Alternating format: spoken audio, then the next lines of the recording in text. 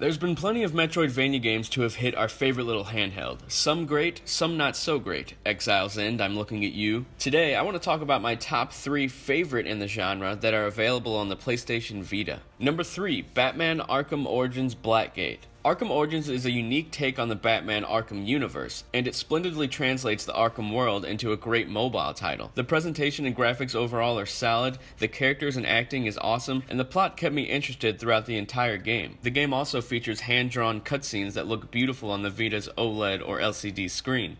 They add a lot of personality to the game. The combat is a ton of fun and actually has some depth to it. You learn new moves and techniques that help you fight and get through areas, as expected in a Metroidvania title, except you feel extra cool because you're frickin' Batman. At the end of the day, while Batman Arkham Origins Blackgate wasn't received great by critics, I found it to be fun and a worth having experience on the PlayStation Vita. Number 2, Axiom Verge. After debuting on the PlayStation 4 as part of Sony's Pub Fund program, Axiom Verge finally made it to the PlayStation Vita last year. The game is a retro-styled action platformer with 16-bit graphics, and it's heavily influenced by Metroid, Contra, and other classics. The game was created entirely by one indie developer, Tom Happ, with high hopes of creating a nostalgia-filled Metroidvania game, and to say the least, he succeeded.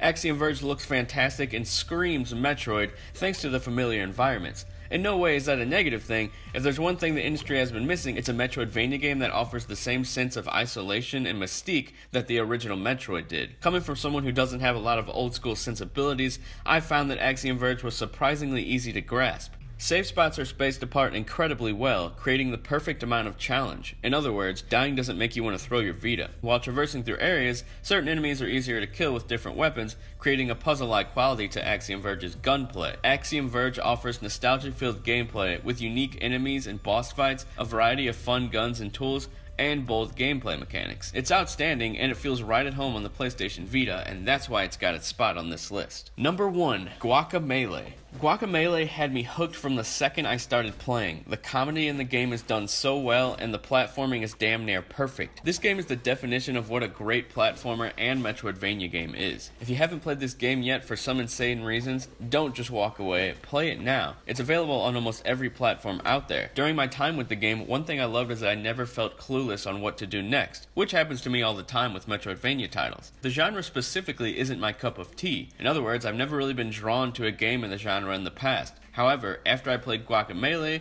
that quickly changed. For the first time ever, I understood exactly what a Metroidvania game was capable of. Aside from the typical get a new item, then go there gameplay, the combat is extremely fun, traversing areas using a time shifter is a blast, and also, the special moves are kick-ass wrestling attacks. It doesn't get much better than that. So that's my top 3 Metroidvania games. I want to know about yours. What are your favorite games that have hit the PlayStation Vita recently? I'm Brett Medlock, thanks for watching this video. I will talk to you guys later.